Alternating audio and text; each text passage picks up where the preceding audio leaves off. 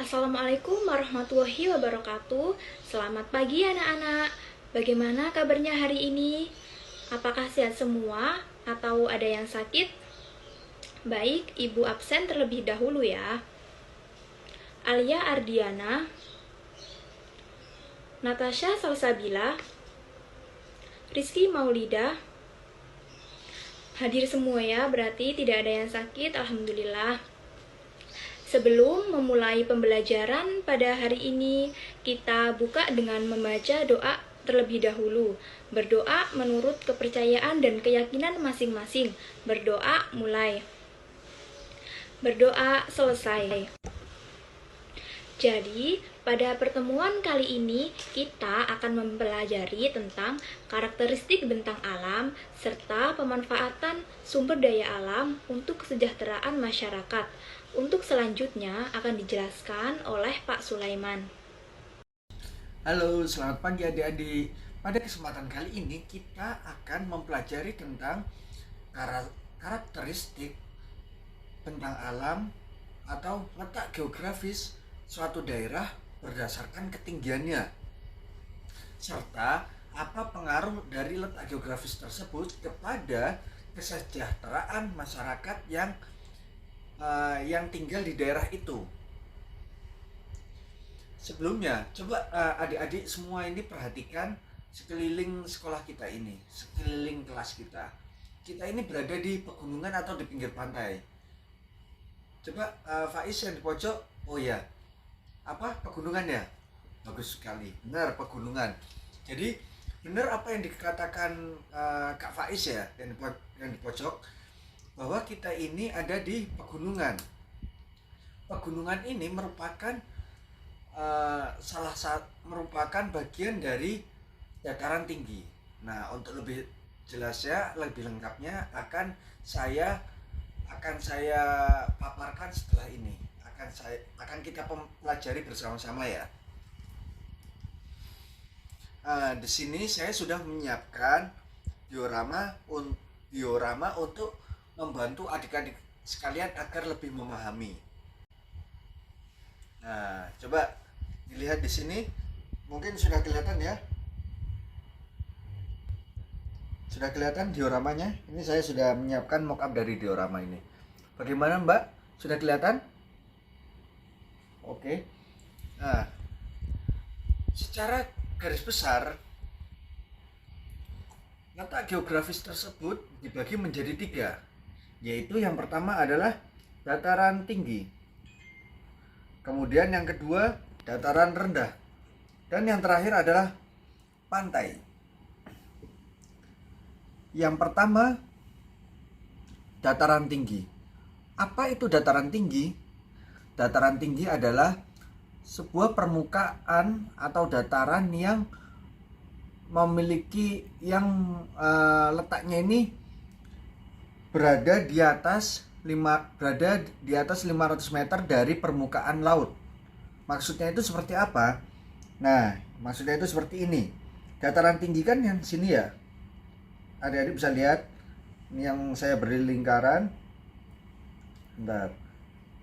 Ya, ini saya beri lingkaran. Ini adalah dataran tinggi.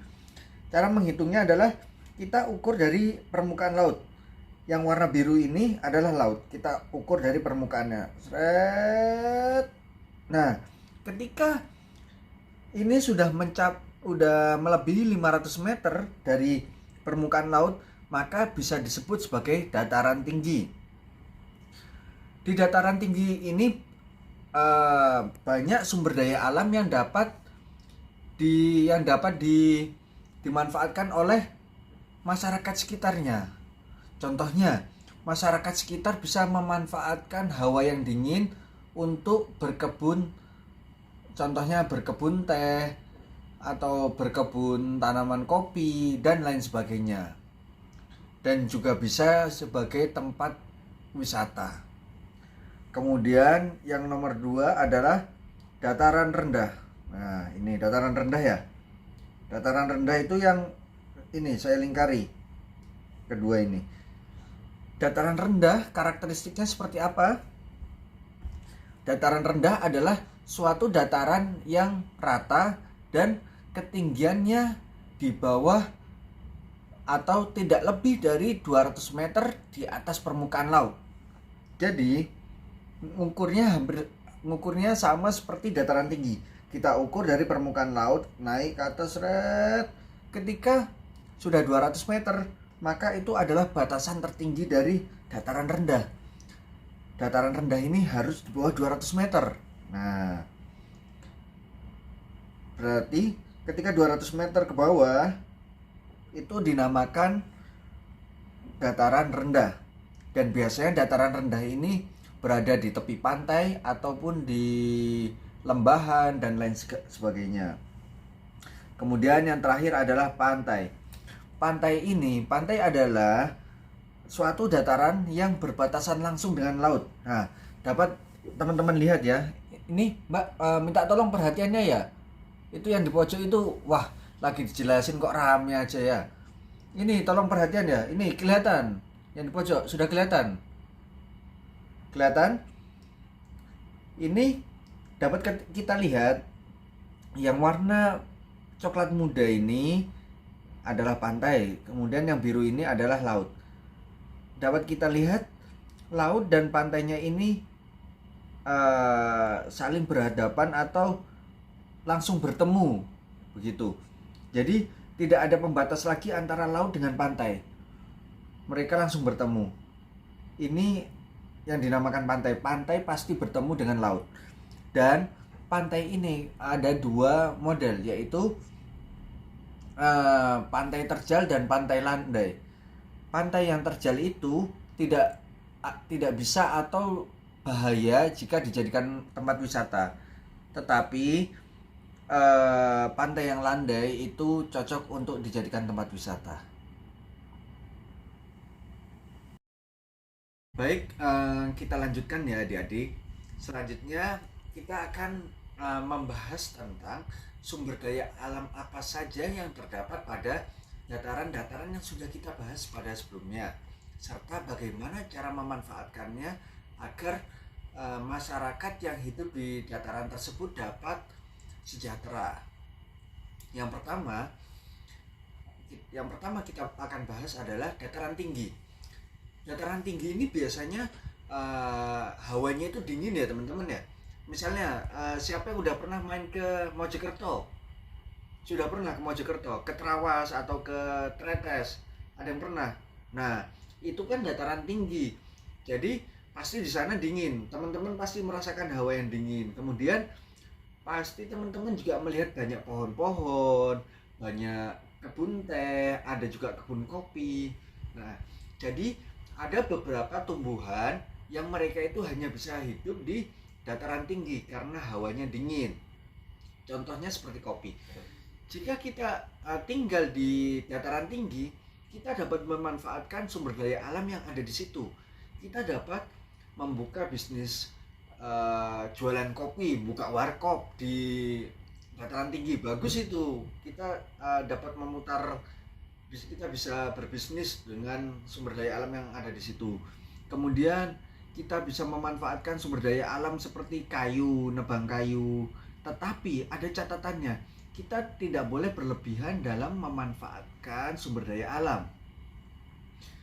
Semisalnya juga teman-teman yang pernah naik ke Gunung Welirang di kalau nggak salah itu ada di Mojokerto atau di Malang, Bapak saya agak lupa. Di Gunung Welirang itu masyarakat sekitarnya memanfaatkan sumber daya alam belerang. Belerang ini mereka jual belikan. Tetapi kembali lagi kita tidak boleh berlebihan dalam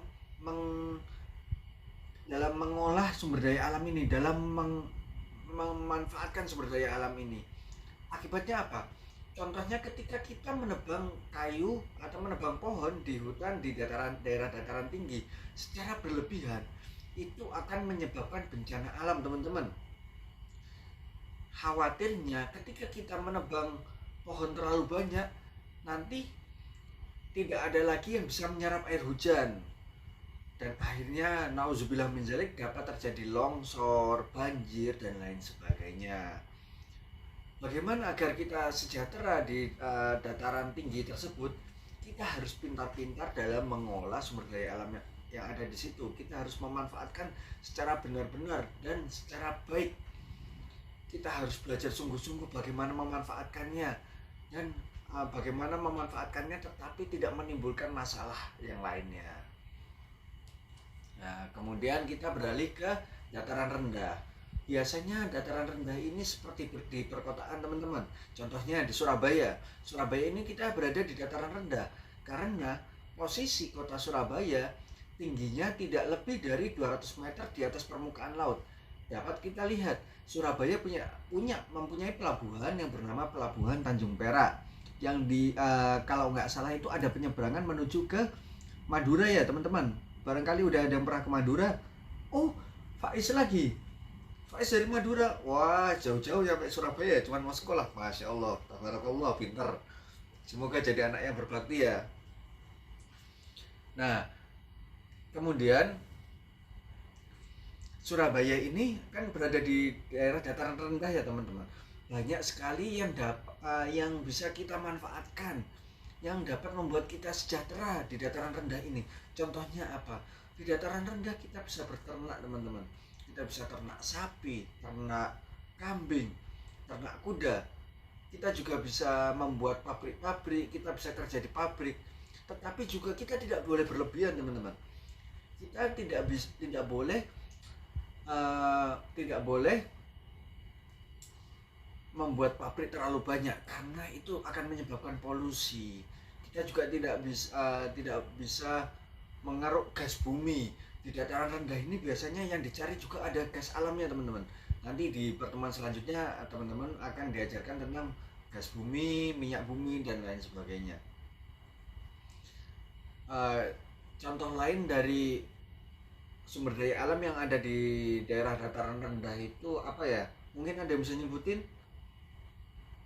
Oh iya benar, Mbak siapa? Oh, Mbak Eka.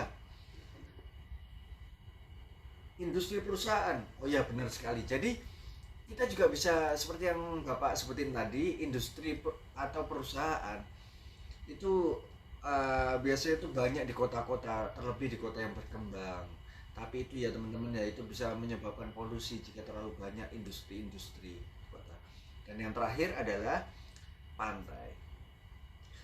Di pantai ini sumber daya alamnya mungkin banyak yang bilang sedikit, tapi sebenarnya menurut saya banyak teman-teman. Di pantai ini yang bisa dimanfaatkan oleh penduduk yang tinggal di sekitar pantai, ada yang bisa buat wisata pantai Pasir Putih Dalegan misalnya. Ada yang dari Lamongan. Oh, Mbak Erlita dari Lamongan. Dekat Mbak dari Dalegan Mbak? Oh jauh. Oh ya, Lamongan luas ya Mbak ya. Kemudian di pantai juga kita bisa mencari ikan. Banyak kita bisa berprofesi menjadi nelayan jika kita hidup di pinggir pantai. Di pantai juga dapat tumbuh pohon kelapa. Pohon kelapa ini jika kita jual, maka hasilnya juga lumayan teman-teman. Nah, kemudian yang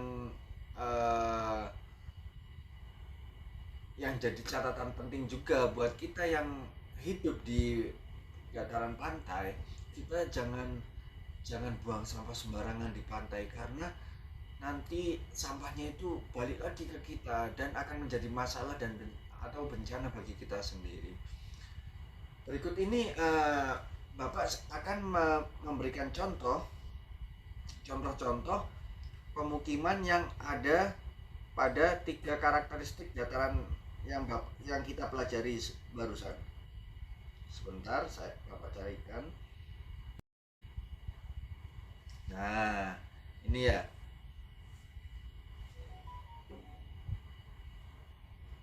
Nah, kelihatan teman-teman? Ini adalah contoh pemukiman yang ada di tepi pantai. Nah, ini. Biasanya ini profesinya mereka ini sebagai nelayan atau sebagai pemandu wisata, snorkeling dan lain sebagainya. Kemudian yang ini tuh sebenarnya dataran tinggi sih. Ya, yang ini foto pemukiman di daerah dataran tinggi. Ini di atas pegunungan teman-teman, kayak di Terawas ya, kayak di Mojokerto.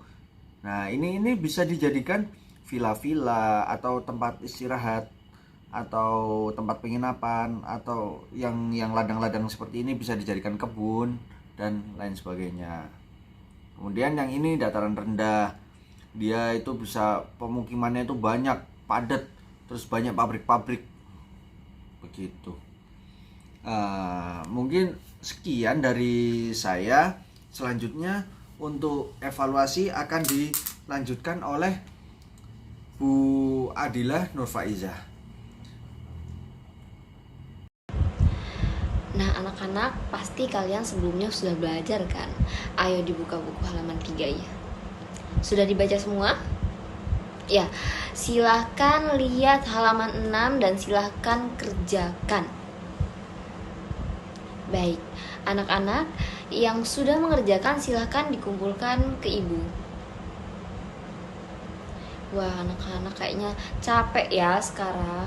Nah, gimana kalau kita tepuk semangat dulu? Gini, tepuk semangat, semangat, yes, gitu. Gimana?